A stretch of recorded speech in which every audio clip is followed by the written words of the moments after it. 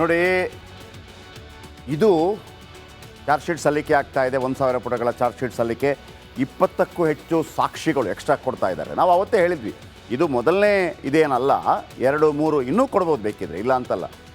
ಯಾವಾಗ ಹೆಚ್ಚೆಚ್ಚು ಮಾಹಿತಿಗಳು ಬರುತ್ತೆ. ಯಾಕಂದರೆ ನಿಮಗೆ ಮೊದಲನೇ ಚಾರ್ಜ್ ಶೀಟ್ ಇದೆಯಲ್ಲ 90 ದಿನಗಳೊಳಗೆ ಕೊಡಬೇಕು, 3 ತಿಂಗಳೊಳಗಾಗಿ. ಅದು ಕಾನೂನು ಮಾಡಿದ್ದಾರೆ. ಇಲ್ಲಾಂದರೆ ಮೊದಲು ಏನಾಗ್ತಾ ಇತ್ತು ಅಂದರೆ ಈ ಪೊಲೀಸರು ಸುಮ್ಮನೆ ಅದನ್ನು ಡಿಲೇ ಮಾಡ್ತಾರೆ. 6 ತಿಂಗಳು, 1 ವರ್ಷ, ಆಗಿಲ್ಲ ಅಂತ. ಈ ಥರ ಕೆಲವರನ್ನ ಬಚಾವ್ ಮಾಡೋಂಥ ಚಾನ್ಸ್ ಇದೆ ಅಂತ ಅಂದ್ಬಿಟ್ಟು ಕೋರ್ಟ್ ಕೂಡ 90 ಡೇಸ್ ಒಳಗೆ ಕೊಟ್ಟುಬಿಡಬೇಕು ಅಂತ ನಿರ್ಧಾರ ಮಾಡಿಬಿಡ್ತು. ಹಾಗಾಗಿ 90 ಡೇಸ್ ಒಳಗೆ ಕೊಟ್ಟುಬಿಡ್ಬೇಕು, 90 ದಿನದೊಳಗೆ ಕೊಟ್ಟುಬಿಡ್ಬೇಕು. ಆಮೇಲೆ ಇನ್ನಿತರ ಕೇಸ್ ಇರುತ್ತೆ. ಈಗ ಈ ಬಾಂಬ್ ಬ್ಲಾಸ್ಟ್ ಕೇಸ್ ಇದೆಯಲ್ಲ, ಯಾವುದು ರಾಮೇಶ್ವರಂ ಕೆಫೆ, ಇಂಥದ್ದೆಲ್ಲ, ಇದಕ್ಕೆಲ್ಲ ಸ್ವಲ್ಪ ಟೈಮ್ ಇದೆ. ಕೆಲವುದಕ್ಕೆ 120 ಡೇಸ್, ಕೆಲವುದಕ್ಕೆ 60 ದಿವಸ, ಹೀಗೆಲ್ಲ ಇದೆ. ಕೊಲೆ ಕೇಸಲ್ಲಿ 90 ಡೇಸಲ್ಲಿ ಕೊಡಬೇಕು, ಅದನ್ನು ಕೊಟ್ಟಿದ್ದಾರೆ. ಆಮೇಲೆ ನೀವು ಕೊಡ್ತಾ ಹೋಗಿ ಅಂತ, ಆ ಥರ. ಈಗ 2ನೇ ಚಾರ್ಜ್ ಶೀಟಲ್ಲಿ ದರ್ಶನ್ ಸಿಕ್ಕಿ ಬೀಳ್ತಾರಾ ಅನ್ನುವಂಥ ದೊಡ್ಡ ಅನುಮಾನ ಕಾಡ್ತಾ ಇದೆ. ಯಾಕಂದರೆ 2ನೇ ಚಾರ್ಜ್ ಶೀಟ್ ಸಲ್ಲಿಸೋದಕ್ಕೆ ಪೊಲೀಸರು ಎಲ್ಲ ಸಿದ್ಧತೆ ಮಾಡ್ತಾರೆ. ಚಾರ್ಜ್ ಶೀಟ್ ಕೋರ್ಟ್ಗೆ ಸಲ್ಲಿಸಬೇಕು. 1,000ಕ್ಕೂ ಅಧಿಕ ಪುಟಗಳ ವರದಿ ಸಲ್ಲಿಸಲು ತಯಾರಿ ಆಗ್ತಾ ಇದೆಯಂತೆ. ಕೊಲೆ ಕೇಸ್ಗೆ ಸಂಬಂಧಪಟ್ಟ ಈ ಹಿಂದೆ ಒಂದು 9,000 ಪುಟಗಳಿತ್ತಲ್ಲ, ಅದಕ್ಕಿಂತ ಹೆಚ್ಚಾಗಿ 20ಕ್ಕೂ ಹೆಚ್ಚು ಸಾಕ್ಷಿಗಳು ಈ ಚಾರ್ಜ್ ಶೀಟಲ್ಲಿ ಇದೆಯಂತೆ. ರೇಣುಕಾಸ್ವಾಮಿ ಹತ್ಯೆ ಕುರಿತ FSL ವರದಿಗಳಿವೆ ಅಂತೆ. ರಿಟ್ರೀವ್ ಮಾಡಿರೋ ಫೋಟೋಗಳನ್ನು ಸಲ್ಲಿಸಲು ಸಿದ್ಧತೆ. ಎಲ್ಲಿಂದ ರಿಟ್ರೀವ್ ಮಾಡಿದ್ರು ನೋಡಿ, ಮತ್ತೊಮ್ಮೆ ಹೇಳ್ತೀನಿ, ಇನ್ನೂ ಕೂಡ ದರ್ಶನ್ ಮೊಬೈಲ್ ರಿಟ್ರೀವ್ ಆಗಿಲ್ಲ ವೀಕ್ಷಕರೇ. ದರ್ಶನ್ ಮೊಬೈಲ್ ರಿಟ್ರೀವ್ ಆಗಿಲ್ಲ. ಐಫೋನು ಮಾಡೋಕ್ಕೆ ಕಷ್ಟ, ಆದರೆ ಮಾಡದೇ ಇರೋಕ್ಕಾಗಲ್ಲ, ಮಾಡ್ತಾರೆ. It will take time. Okay, ಆದರೆ ಈ ಫೋಟೋ ಯಾರು ತೆಗೆದ್ರು, ಯಾರ ಮೊಬೈಲಿಂದ? ಪುನೀತ್ ಅನ್ನೋನೊಬ್ಬ ಇದ್ದ, ಗೊತ್ತಾ? ಎಸ್, ರೇಣುಕಾಸ್ವಾಮಿ ಕೊಲೆ ನಡೆದಾಗ ಸ್ಥಳದಲ್ಲಿದ್ದ ಪುನೀತ್. ಇವರಿಗೆಲ್ಲ ಒಂದು ಹುಚ್ಚಿದೆ, ಫೋಟೋ ತೆಗೆದು ಬಿಡೋದು.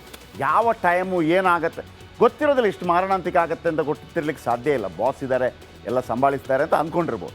ಇನ್ನು ಪ್ರತ್ಯಕ್ಷದರ್ಶಿ ಪುನೀತ್ ಮೊಬೈಲ್ನಿಂದ ಆ ಫೋಟೋ ರಿಟ್ರೀವ್ ಆಗಿದೆಯಂತೆ.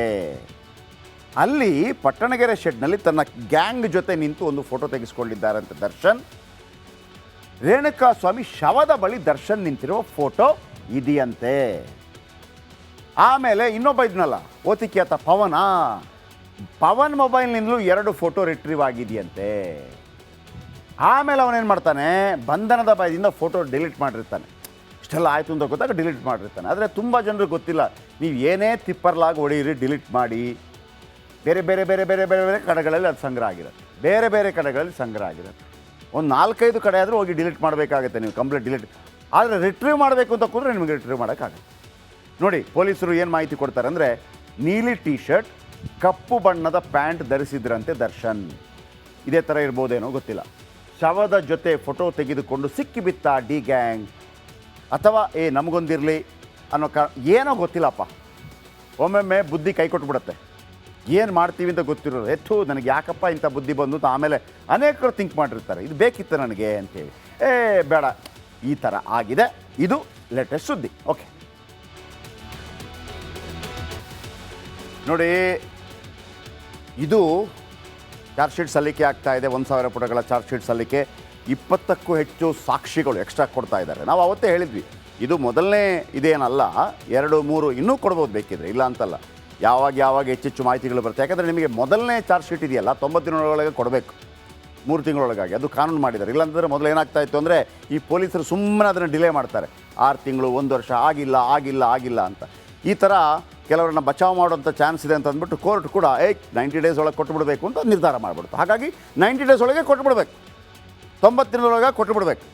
ಆಮೇಲೆ ಇನ್ನಿತರ ಕೇಸ್ ಇರುತ್ತೆ. ಈಗ ಈ ಬಾಂಬ್ ಬ್ಲಾಸ್ಟ್ ಕೇಸ್ ಇದೆಯಲ್ಲ, ಯಾವುದು ರಾಮೇಶ್ವರಂ ಕೆಫೆ, ಇಂಥದ್ದೆಲ್ಲ, ಇದಕ್ಕೆಲ್ಲ ಸ್ವಲ್ಪ ಟೈಮ್ ಇದೆ. ಕೆಲವುದಕ್ಕೆ 120 ಡೇಸ್, ಕೆಲವುದಕ್ಕೆ 60 ದಿವಸ, ಹೀಗೆಲ್ಲ ಇದೆ. ಕೊಲೆ ಕೇಸಲ್ಲಿ 90 ಡೇಸಲ್ಲಿ ಕೊಡಬೇಕು, ಅದನ್ನು ಕೊಟ್ಟಿದ್ದಾರೆ. ಆಮೇಲೆ ನೀವು ಕೊಡ್ತಾ ಹೋಗಿ ಅಂತ, ಆ ಥರ. ಈಗ 2ನೇ ಚಾರ್ಜ್ ಶೀಟಲ್ಲಿ ದರ್ಶನ್ ಸಿಕ್ಕಿ ಬೀಳ್ತಾರಾ ಅನ್ನುವಂಥ ದೊಡ್ಡ ಅನುಮಾನ ಕಾಡ್ತಾ ಇದೆ. ಯಾಕಂದರೆ 2ನೇ ಚಾರ್ಜ್ ಶೀಟ್ ಸಲ್ಲಿಸೋದಕ್ಕೆ ಪೊಲೀಸರು ಎಲ್ಲ ಸಿದ್ಧತೆ ಮಾಡ್ತಾರೆ. ಚಾರ್ಜ್ ಶೀಟ್ ಕೋರ್ಟ್ಗೆ ಸಲ್ಲಿಸಬೇಕು. 1,000ಕ್ಕೂ ಅಧಿಕ ಪುಟಗಳ ವರದಿ ಸಲ್ಲಿಸಲು ತಯಾರಿ ಆಗ್ತಾ ಇದೆಯಂತೆ. ಕೊಲೆ ಕೇಸ್ಗೆ ಸಂಬಂಧಪಟ್ಟ ಈ ಹಿಂದೆ ಒಂದು 9,000 ಪುಟಗಳಿತ್ತಲ್ಲ, ಅದಕ್ಕಿಂತ ಹೆಚ್ಚಾಗಿ 20ಕ್ಕೂ ಹೆಚ್ಚು ಸಾಕ್ಷಿಗಳು ಈ ಚಾರ್ಜ್ ಶೀಟಲ್ಲಿ ಇದೆಯಂತೆ.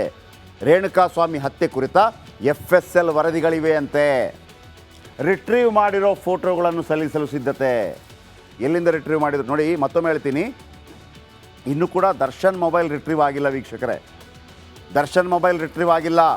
ಐಫೋನು ಮಾಡೋಕ್ಕೆ ಕಷ್ಟ, ಆದರೆ ಮಾಡದೇ ಇರೋಕ್ಕಾಗಲ್ಲ, ಮಾಡ್ತಾರೆ. It will take time. Okay. ಆದರೆ ಈ ಫೋಟೋ ಯಾರು ತೆಗೆದ್ರು, ಯಾರ ಮೊಬೈಲಿಂದ? ಪುನೀತ್ ಅನ್ನೋನೊಬ್ಬ ಇದ್ದ, ಗೊತ್ತಾ? ಎಸ್, ರೇಣುಕಾಸ್ವಾಮಿ ಕೊಲೆ ನಡೆದಾಗ ಸ್ಥಳದಲ್ಲಿದ್ದ ಪುನೀತ್. ಇವರಿಗೆಲ್ಲ ಒಂದು ಹುಚ್ಚಿದೆ, ಫೋಟೋ ತೆಗೆದು ಬಿಡೋದು. ಯಾವ ಟೈಮು ಏನಾಗುತ್ತೆ ಗೊತ್ತಿರೋದಿಲ್ಲ, ಇಷ್ಟು ಮಾರಣಾಂತಿಕ ಆಗುತ್ತೆ ಅಂತ ಗೊತ್ತಿರ್ಲಿಕ್ಕೆ ಸಾಧ್ಯ ಇಲ್ಲ. ಬಾಸ್ ಇದ್ದಾರೆ, ಎಲ್ಲ ಸಂಭಾಳಿಸ್ತಾರೆ ಅಂತ ಅಂದ್ಕೊಂಡಿರ್ಬೋದು. ಇನ್ನು ಪ್ರತ್ಯಕ್ಷದರ್ಶಿ ಪುನೀತ್ ಮೊಬೈಲ್ನಿಂದ ಆ ಫೋಟೋ ರಿಟ್ರೀವ್ ಆಗಿದೆಯಂತೆ. ಅಲ್ಲಿ ಪಟ್ಟಣಗೆರೆ ಶೆಡ್ನಲ್ಲಿ ತನ್ನ ಗ್ಯಾಂಗ್ ಜೊತೆ ನಿಂತು ಒಂದು ಫೋಟೋ ತೆಗೆಸ್ಕೊಂಡಿದ್ದಾರಂತೆ ದರ್ಶನ್. ರೇಣುಕಾಸ್ವಾಮಿ ಶವದ ಬಳಿ ದರ್ಶನ್ ನಿಂತಿರುವ ಫೋಟೋ ಇದೆಯಂತೆ. ಆಮೇಲೆ ಇನ್ನೊಬ್ಬ ಇದ್ನಲ್ಲ, ಓತಿಕ್ಯಾತ ಪವನ್ ಮೊಬೈಲ್ನಿಂದಲೂ 2 ಫೋಟೋ ರಿಟ್ರೀವ್ ಆಗಿದೆಯಂತೆ. ಆಮೇಲೆ ಅವನೇನು ಮಾಡ್ತಾನೆ, ಬಂಧನದ ಭಯದಿಂದ ಫೋಟೋ ಡಿಲೀಟ್ ಮಾಡಿರ್ತಾನೆ. ಇಷ್ಟೆಲ್ಲ ಆಯಿತು ಅಂತ ಗೊತ್ತಾಗ ಡಿಲೀಟ್ ಮಾಡಿರ್ತಾನೆ. ಆದರೆ ತುಂಬ ಜನರಿಗೆ ಗೊತ್ತಿಲ್ಲ, ನೀವು ಏನೇ ತಿಪ್ಪರ್ಲಾಗಿ ಹೊಡೆಯಿರಿ, ಡಿಲೀಟ್ ಮಾಡಿ, ಬೇರೆ ಬೇರೆ ಬೇರೆ ಬೇರೆ ಬೇರೆ ಬೇರೆ ಕಡೆಗಳಲ್ಲಿ ಅದು ಸಂಗ್ರಹ ಆಗಿರುತ್ತೆ. ಬೇರೆ ಬೇರೆ ಕಡೆಗಳಲ್ಲಿ ಸಂಗ್ರಹ ಆಗಿರುತ್ತೆ. ಒಂದು 4-5 ಕಡೆ ಆದರೂ ಹೋಗಿ ಡಿಲೀಟ್ ಮಾಡಬೇಕಾಗುತ್ತೆ ನೀವು, ಕಂಪ್ಲೀಟ್ ಡಿಲೀಟ್. ಆದರೆ ರಿಟ್ರೀವ್ ಮಾಡಬೇಕು ಅಂತ ಕೂತ್ರೆ ನಿಮಗೆ ರಿಟ್ರೀವ್ ಮಾಡೋಕ್ಕಾಗುತ್ತೆ. ನೋಡಿ, ಪೊಲೀಸರು ಏನು ಮಾಹಿತಿ ಕೊಡ್ತಾರೆ ಅಂದರೆ, ನೀಲಿ ಟೀ ಶರ್ಟ್, ಕಪ್ಪು ಬಣ್ಣದ ಪ್ಯಾಂಟ್ ಧರಿಸಿದ್ರಂತೆ ದರ್ಶನ್. ಇದೇ ಥರ ಇರ್ಬೋದೇನೋ ಗೊತ್ತಿಲ್ಲ. ಶವದ ಜೊತೆ ಫೋಟೋ ತೆಗೆದುಕೊಂಡು ಸಿಕ್ಕಿಬಿತ್ತ ಡಿ ಗ್ಯಾಂಗ್, ಅಥವಾ ನಮಗೊಂದಿರಲಿ ಅನ್ನೋ ಏನೋ ಗೊತ್ತಿಲ್ಲಪ್ಪ. ಒಮ್ಮೊಮ್ಮೆ ಬುದ್ಧಿ ಕೈ ಕೊಟ್ಬಿಡುತ್ತೆ.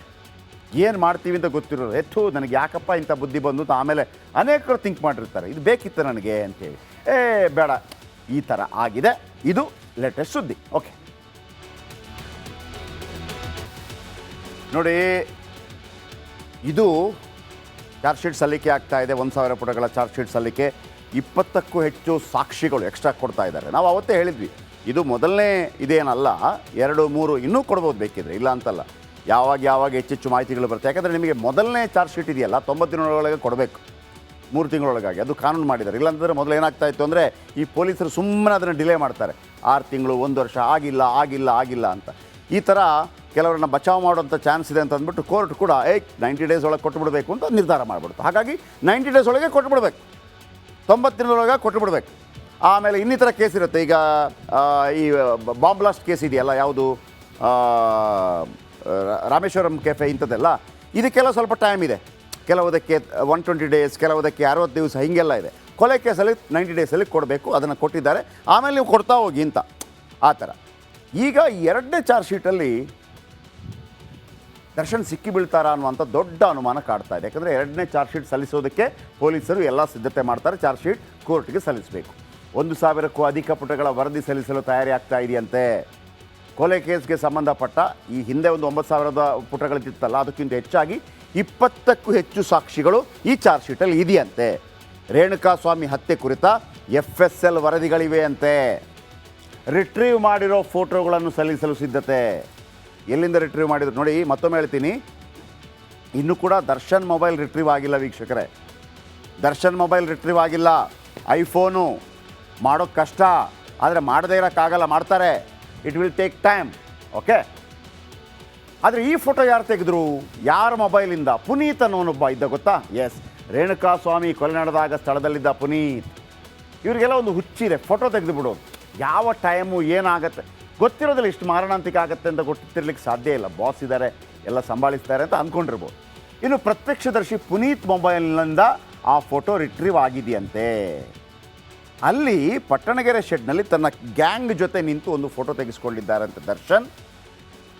ರೇಣುಕಾಸ್ವಾಮಿ ಶವದ ಬಳಿ ದರ್ಶನ್ ನಿಂತಿರುವ ಫೋಟೋ ಇದೆಯಂತೆ. ಆಮೇಲೆ ಇನ್ನೊಬ್ಬ ಇದ್ನಲ್ಲ, ಓತಿಕ್ಯಾತ ಪವನ್ ಮೊಬೈಲ್ನಿಂದಲೂ 2 ಫೋಟೋ ರಿಟ್ರೀವ್ ಆಗಿದೆಯಂತೆ. ಆಮೇಲೆ ಅವನೇನು ಮಾಡ್ತಾನೆ, ಬಂಧನದ ಭಯದಿಂದ ಫೋಟೋ ಡಿಲೀಟ್ ಮಾಡಿರ್ತಾನೆ. ಇಷ್ಟೆಲ್ಲ ಆಯಿತು ಅಂತ ಗೊತ್ತಾಗ ಡಿಲೀಟ್ ಮಾಡಿರ್ತಾನೆ. ಆದರೆ ತುಂಬ ಜನರಿಗೆ ಗೊತ್ತಿಲ್ಲ, ನೀವು ಏನೇ ತಿಪ್ಪರ್ಲಾಗಿ ಹೊಡೆಯಿರಿ, ಡಿಲೀಟ್ ಮಾಡಿ, ಬೇರೆ ಬೇರೆ ಬೇರೆ ಬೇರೆ ಬೇರೆ ಬೇರೆ ಕಡೆಗಳಲ್ಲಿ ಅದು ಸಂಗ್ರಹ ಆಗಿರುತ್ತೆ. ಬೇರೆ ಬೇರೆ ಕಡೆಗಳಲ್ಲಿ ಸಂಗ್ರಹ ಆಗಿರುತ್ತೆ. ಒಂದು 4-5 ಕಡೆ ಆದರೂ ಹೋಗಿ ಡಿಲೀಟ್ ಮಾಡಬೇಕಾಗುತ್ತೆ ನೀವು, ಕಂಪ್ಲೀಟ್ ಡಿಲೀಟ್. ಆದರೆ ರಿಟ್ರೀವ್ ಮಾಡಬೇಕು ಅಂತ ಕೂತ್ರೆ ನಿಮಗೆ ರಿಟ್ರೀವ್ ಮಾಡೋಕ್ಕಾಗುತ್ತೆ. ನೋಡಿ, ಪೊಲೀಸರು ಏನು ಮಾಹಿತಿ ಕೊಡ್ತಾರೆ ಅಂದರೆ, ನೀಲಿ ಟೀ ಶರ್ಟ್, ಕಪ್ಪು ಬಣ್ಣದ ಪ್ಯಾಂಟ್ ಧರಿಸಿದ್ರಂತೆ ದರ್ಶನ್. ಇದೇ ಥರ ಇರ್ಬೋದೇನೋ ಗೊತ್ತಿಲ್ಲ. ಶವದ ಜೊತೆ ಫೋಟೋ ತೆಗೆದುಕೊಂಡು ಸಿಕ್ಕಿಬಿತ್ತ ಡಿ ಗ್ಯಾಂಗ್, ಅಥವಾ ನಮಗೊಂದಿರಲಿ ಅನ್ನೋ ಏನೋ ಗೊತ್ತಿಲ್ಲಪ್ಪ. ಒಮ್ಮೊಮ್ಮೆ ಬುದ್ಧಿ ಕೈ ಕೊಟ್ಬಿಡುತ್ತೆ. ಏನು ಮಾಡ್ತೀವಿ ಅಂತ ಗೊತ್ತಿರೋರು, ನನಗೆ ಯಾಕಪ್ಪ ಇಂಥ ಬುದ್ಧಿ ಬಂದು ಅಂತ ಆಮೇಲೆ ಅನೇಕರು ಥಿಂಕ್ ಮಾಡಿರ್ತಾರೆ, ಇದು ಬೇಕಿತ್ತು ನನಗೆ ಅಂತೇಳಿ. ಬೇಡ, ಈ ಥರ ಆಗಿದೆ. ಇದು ಲೇಟೆಸ್ಟ್ ಸುದ್ದಿ. ಓಕೆ.